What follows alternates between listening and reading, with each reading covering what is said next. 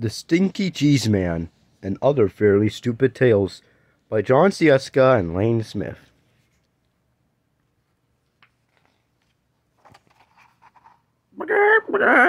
"I found a kernel of wheat," said a little red hen. "Little red hen? Now who will help me plant this wheat? Where's that lazy dog? Where's that lazy cat? Where's that lazy mouse?" "Wait a minute, hold everything. You can't tell your story right here. This is the end paper. The book hasn't even started yet." "Who are you? Will you help me plant the wheat?" "I'm Jack. I'm the narrator, and no, I can't help you plant the wheat. I'm a very busy guy trying to put a book together. Now, why don't you just disappear for a few pages? I'll call you when I need you." But who'll help me tell my story? Who will help me draw a picture of the wheat? Who will help me spell the wheat?" "Listen, hen, forget the wheat. Here comes the title page. Title page for The Stinky Cheese Man and Other Fairly Stupid Tales." I know. The page is upside down. I meant to do that. Whoever looks at that dedication stuff anyhow. If you really want to read, you can always stand on your head. This book is dedicated to our close and personal special friend. Your name here. J.S. and L.S. Jon Scieszka and Lane Smith, respectively. Hey, the former initial reminds me of the initials of my first and last name. Introduction. A long time ago, people used to tell magical stories of wonder and enchantment. Those stories were called fairy tales. Those stories are not in this book. The stories in this book are almost fairy tales, but not quite. The stories in this book are fairly stupid tales. I mean, what else could you call a story like Goldilocks and Three Elephants? The girl walking through the woods, smells peanut butter porridge cooking. She decides to break into the elephant's house, eat the porridge, sit in the chairs, and sleep in the beds. But when he gets in the house, she can't climb up on baby elephant's chair because it's too big. She can't climb up on mama elephant's chair because it's much too big. And she can't climb up on papa elephant's chair because it's much, much too big. So she goes home. The end. And if you don't think that's very stupid, you should read Little Red Riding Shorts, or maybe The Stinky Cheese Man, the title character of this book. In fact, you should definitely go read the stories now, because the rest of this introduction just kind of goes on and doesn't really say anything. I stuck it on to the end here so it would fill up the page and make it look like I really knew what I was talking about. So stop now. I mean it. Quit reading. Turn the page. If you read this last sentence, it won't tell you anything. Jack, Up the Hill, Fairy Tale Forest, 1992. Surgeon General's warning. It's been determined that these tales are fairly stupid and probably dangerous to your health. Chicken Lickin'. Once upon a time, Chicken Lickin', in a parody of Henny Penny or Fire Henny Penny or Chicken Little, was staying around when a piece of something fell on her head. She wasn't the brightest thing on two legs, so she started running around in a circle, sulking, "Brack! The sky is falling! The sky is falling! I must tell the president!" Chicken Lickin' ran to her friend Ducky Lucky and clucked, Ducky Lucky! The sky is falling! The sky is falling! We must tell the president!"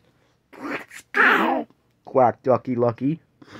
Chicken Lickin' and Ducky Lucky ran to their friend Goosey Lucy and yelled, Goosey Lucy, the sky is falling! The sky is falling! We must tell the president!" "Let's go!" honked Goosey Lucy. Chicken Lickin', Ducky Lucky, and Goosey Lucy ran to their friend Cocky Locky and yelled, Cocky Locky, the sky is falling, the sky is falling. We must tell the president." "Let's go," crowed Cocky Locky. Wait a minute, cried Jack the narrator. I forgot the table of contents. Hey, you're not in this story, said Chicken Licken. I know, said Jack the narrator, but I came to warn you. The table of contents is... The sky is falling, clucked Chicken Licken. We must tell the president. So Chicken Licken, Ducky Lucky, Juicy Lucy, and Cocky Locky ignored Jack the narrator and ran off to catch a plane to Washington. Just outside the airport, they met Foxy Loxy. Foxy Loxy, the sky is falling. We must tell the president, yelled Chicken Licken, Ducky Lucky, Juicy Lucy, and Cocky Locky. Well, come with me, said Foxy Loxy. I know a shortcut to the airport. So Foxy Loxy led Chicken Licken, Ducky Lucky, Goosey Lucy, and Cocky Locky to his cave. He didn't get to eat them, though, because Chicken Licken was almost right. The sky wasn't falling. The table of contents was. It fell and squashed everybody. The end. And spoilers, the boy who cried cow batty didn't actually happen. There's the table of contents. Let's go to The Princess and the Bowling Ball. Once upon a time, there was a prince, and this prince's dad and mom, the king and queen respectively, somehow got into royal heads that no princess would be good enough for their boy unless he could feel a pea under 100 mattresses. So it should come as no surprise that the prince had a very hard time finding a princess. Every time he met a nice girl, his mom and dad will pile 100 mattresses on top of a pea and then invite her to sleep over. When the princess came down for breakfast, the queen would ask, "How did you sleep, dear?" The princess would politely say, "Fine, thank you," and the king would show her the door. Now this went on for 3 years. For 3 years. Of course, nobody ever felt the pea under 100 mattresses. Then one day, the prince met the girl of his dreams. He decided he better do something about it. That night, before the princess went to bed, the prince slipped his bowling ball under 100 mattresses. When the princess came down for breakfast the next morning, the queen asked, "How did you sleep, dear?" "This might sound odd," said the princess, "but I think you need another mattress. I felt like I was sleeping on a lump as big as a bowling ball." The king and queen were satisfied. The prince and princess were married, and everyone lived happily. Though maybe not completely, honestly, ever after. The end. The Really Ugly Duckling. Once upon a time, there was a mother duck and a father duck who had 7 baby ducklings. 6 of them were regular-looking ducklings. The 7th was a really ugly duckling. Everyone used to say, "What a nice-looking bunch of ducklings." All except that one. "Boy, he's really ugly." The really ugly duckling didn't care. He heard these people, but he didn't care. He knew that one day he would probably grow up to be a swan, or maybe Jason Crawford and Thingamagummy, and be bigger and look better than anything in a pond.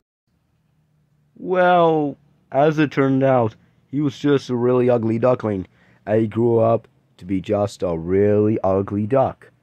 The end. The Other Frog Prince. Once upon a time, there was a frog.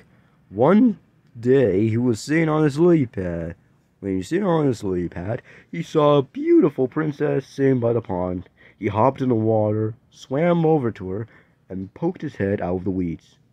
"Pardon me, oh beautiful princess," he said in his most sad and pathetic voice. "I wonder if you could help me." The princess was about to jump and run, but she felt sorry for the frog with the sad and pathetic voice, so she asked, "What can I do to help you, little frog?" "Well, I'm not really a frog, but a handsome prince who was turned into a frog by a wicked witch's spell, said the frog. And the spell can only be broken by a kiss of a beautiful princess. The prince thought about this for a second, then lifted the frog from the pond and kissed him. I was just kidding, said the frog. He jumped back into the pond, and the princess wiped the frog slime off her lips. The end. Little Red Riding Shorts. Okay, I've got things running smoothly now, said Jack the narrator, and this story is even better than the last three. Or four. See, it's about this girl who runs very fast and always wears red running shorts. That's what her name comes from. Get it? So anyway, this girl is running to her granny's house when she meets a wolf. He tricks her into taking the long way when he takes a shortcut. Now, this is the good part, because Red runs so fast that she beats the wolf to Granny's house. He knocks on... And also the wolf kind of reminds me of Alexander T. Wolf, who I can call Al. Anyways, the wolf knocks on the door, Red answers it, and guess what she says? My, what little feet you have. And that's it. The end. Is it great or what? So sit back, relax, and enjoy Little Red Riding Shorts. And now, like I already said, Little Red Riding Shorts. We're not... You just told the whole story, says Little Red Riding Shorts. We're not going to tell it again. You can't say that, said Jack. You have to start with Once Upon a Time. No way, said the wolf. You blew it. But you guys are next. Look at the title, top of the page. Little Red Riding Shorts. That's you. Let's go, Wolf. We're out of here. Wait! You can't do this! Your story is supposed to be 3 pages long. What do I do when I turn the page?